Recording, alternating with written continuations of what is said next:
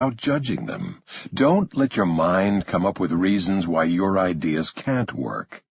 Then take the best ideas and act on them. Your constructive actions will eventually lead you to a solution. This is the Trump way of using focus to solve problems. Don't think about the problem in terms of how did it happen, or why did it happen, or it's so difficult, or it's impossible to solve, or what will happen if I don't solve it. Instead, accept that you have a problem and a great challenge has been laid at your feet. Accept the challenge. Realize that you have what it takes to overcome the challenge. Then look for solutions. Study possible solutions. Gather knowledge. Ask experts for advice and insights. Formulate a plan. Start testing possible solutions. If one idea fails, go to the next one, and the next, until you succeed. It's true that a few people are born to be successful.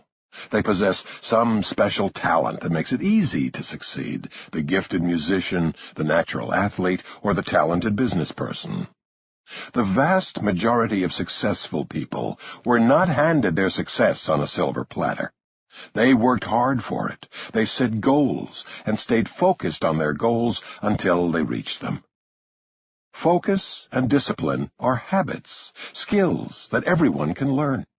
I was the most undisciplined kid you could ever imagine.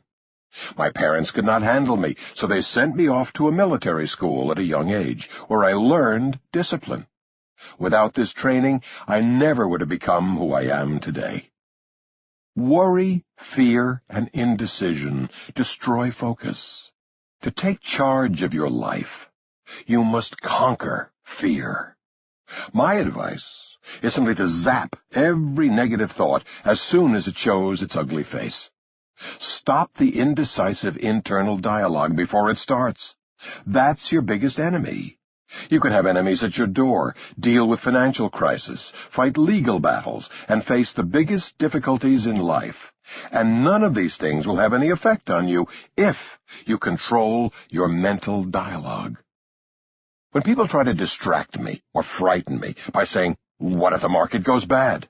Or, "What if the banks call your loans?" Or, "What if everything goes bad?" I just say, I don't want to think about it. The worst hell you will ever face is the hell you create with your own mind. It's much worse than the hell other people create for you. So instead of dwelling on all the negatives, think about what you want. Think about all the good things you're going to do in life. Keep focused on your goal and never give up.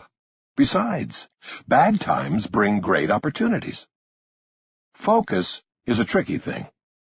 Focus does not mean that you narrow your mind and become inflexible. That's taking focus way too far. Just recently, I attended the Emmy Awards in Los Angeles because The Apprentice was nominated for Best Reality Show. I was also asked to sing the Green Acres theme song with Megan Mullally, dressed in overalls and a straw hat and holding a pitchfork. This was not really my thing. I am no Tony Bennett, Frank Sinatra, or Elton John. At that time, I was focused on making The Apprentice a success as the star and co-producer. I could have easily said no, because I'm not really a singer.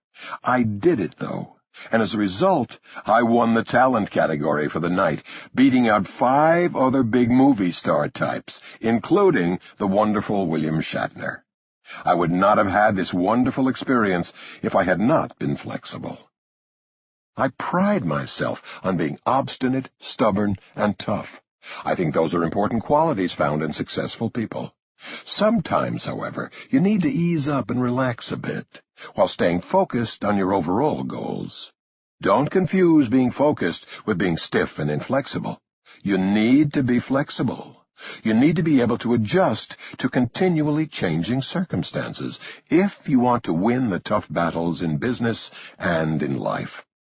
Being overly rigid in your thinking and your habits will not get you to the top. Accepting a fixed pattern places limits on you and your future. There are more ways to achieve the brass ring than you might think.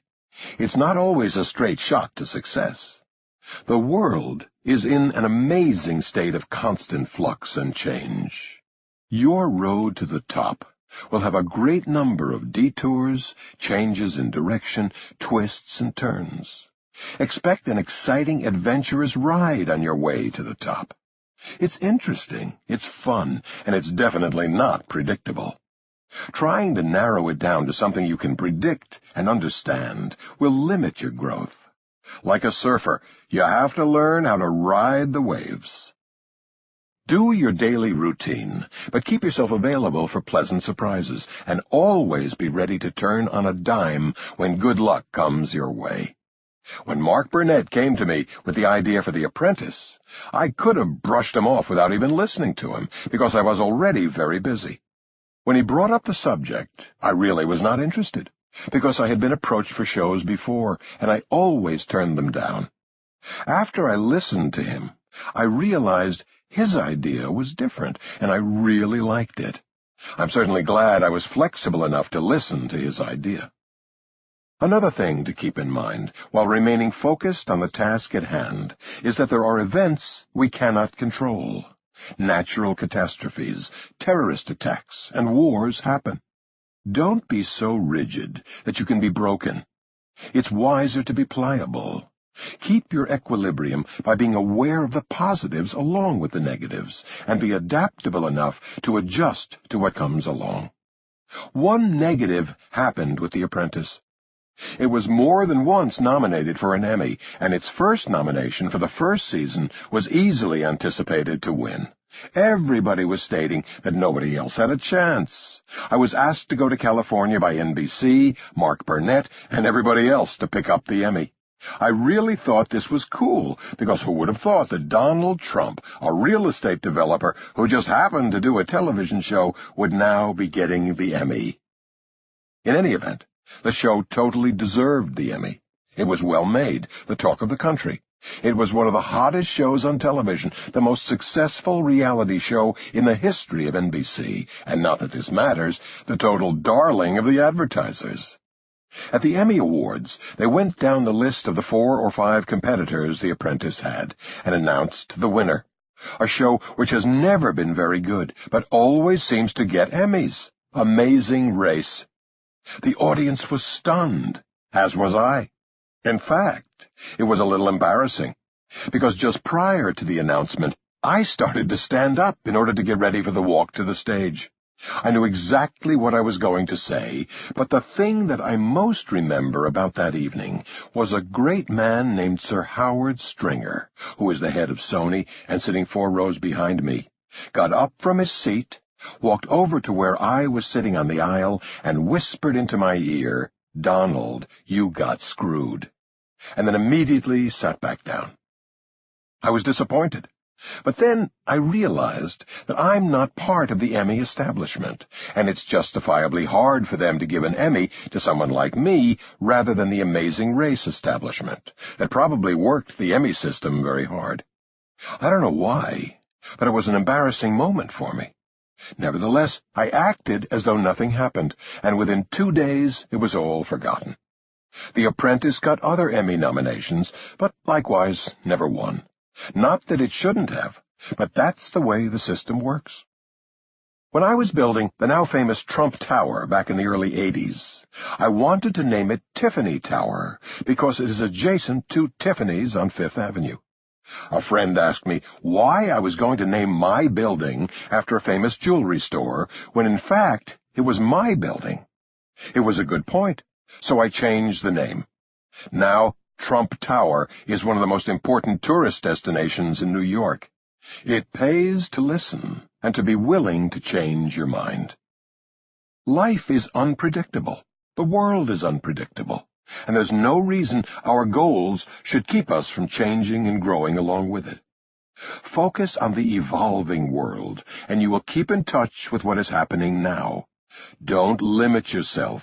Realize that goals are not fixed patterns. Act accordingly, and your versatility will serve you well.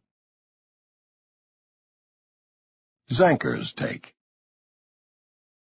You have to keep your focus and never give up. In 1985, USA Today put out thousands of street boxes all over the 5 boroughs of New York City and New Jersey, where people could pick up copies of the newspaper each day. Although there was no ordinance against it, Mayor Koch said, "Those boxes must go." Gannett, the owner of USA Today, sued the city to have the boxes stay. One day, I read in the paper that Gannett won the suit. The judge ruled that Gannett could keep all the boxes in place for a $1 fee. I wanted to put out boxes so we could distribute copies of the Learning Annex catalog. When I read this article, I saw my opportunity. I quickly put down thousands of boxes all over New York City, just like USA Today, and I sent a certified check for $1. Then, I got a call from the city saying, "You can't do this." I said, "Why?" I refused to remove the boxes. Then I got a notice that the city of New York was suing me to force me to remove the boxes, but I would not budge. We took it all the way to New York's highest court, the Court of Appeals, and when we got there, I won. Just like Gannett, I was allowed to keep all my boxes in place. The boxes are still there, and we have boxes in every major city in the country: Chicago, Los Angeles, San Diego, Minneapolis, and Toronto. I stayed focused and refused to quit, and it paid off big time. Because our wealth expos are so successful, we started getting offers. Every offer you can imagine. And because we had Donald as our keynote, everyone wanted to do something with us. At first, we were all excited, running from one idea to the next. It was also intriguing after years of working so hard and not getting recognition. But I started noticing that the team was getting distracted. We were all running after different opportunities, fast and furious, and we were not watching our business.